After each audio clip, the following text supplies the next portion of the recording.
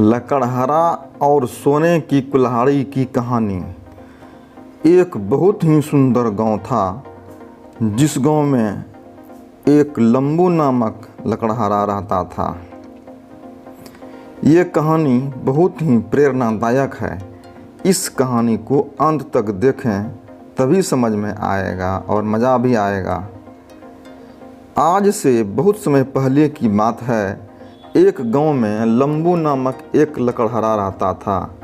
वह अपनी आजीविका के लिए दिन भर जंगल से लकड़ी काटता था और रोज़ शाम को पास के एक बाज़ार में जाकर बेचता था और अपने परिवार का भरण पोषण करता था।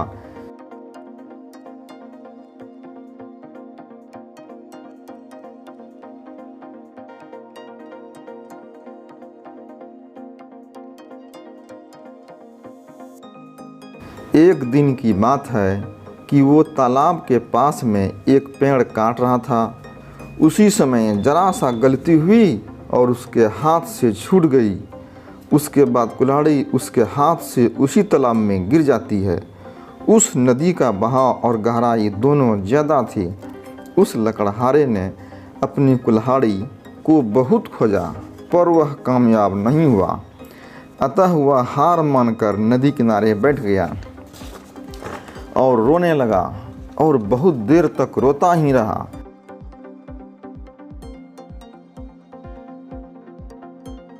उसके रोने की आवाज़ सुनकर नदी की देवी उठी और उस लकड़हारे से पूछा कि क्या हुआ लंबू, तुम इतना क्यों रो रहे हो, क्या हो गया? फिर लंबू लकड़हारे ने अपनी सारी कहानी बताई।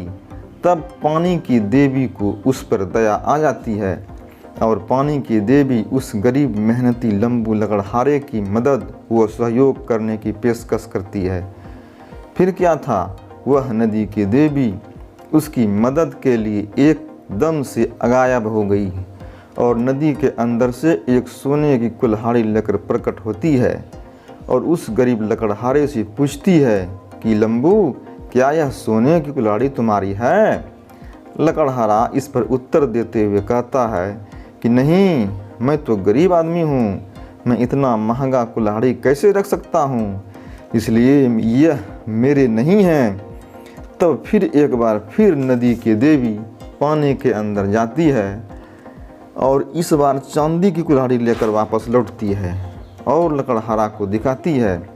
लेकिन वह आदमी इस बार भी कहता है यह मेरी नहीं है। इतना होने के बाद उस नदी की देवी एक बार फिर पानी में गायब हो जाती है और इस बार एक लोहे की कुल्हाड़ी लेकर वापस आती है। तभी वो गरीब लकड़हारा बहुत खुश होकर कहता है कि यह उसकी ही कुल्हाड़ी है। नदी की देवी ने इस कुल्हाड़ी को लकड़हारा को दे देती है।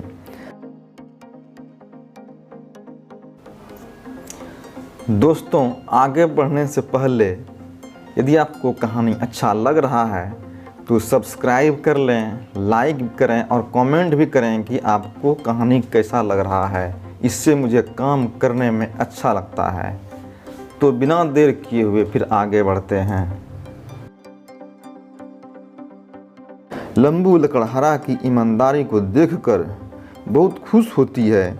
नदी की देवी उस गरीब लकड़हारे पर खुश होकर वह सोने और चांदी दोनों कुल्हाड़ियों को उसको उपहार स्वरूप दे देती है। इसके बाद लकड़हारा को कहती है कि तुम बहुत परिश्रम करके कमाते हो और अपना जीवन यापन करते हो। इस तरह ईमानदारी से काम करने वालों पर भगवान हमेशा उपहार स्वरूप कुछ न कुछ देते रहते हैं। इस कहानी से हमें यह सीख मिलती है कि सबसे उत्तम नीति ईमानदारी ही है। ईमानदारी और परिश्रम करके बहुत कुछ हासिल किया जा सकता है।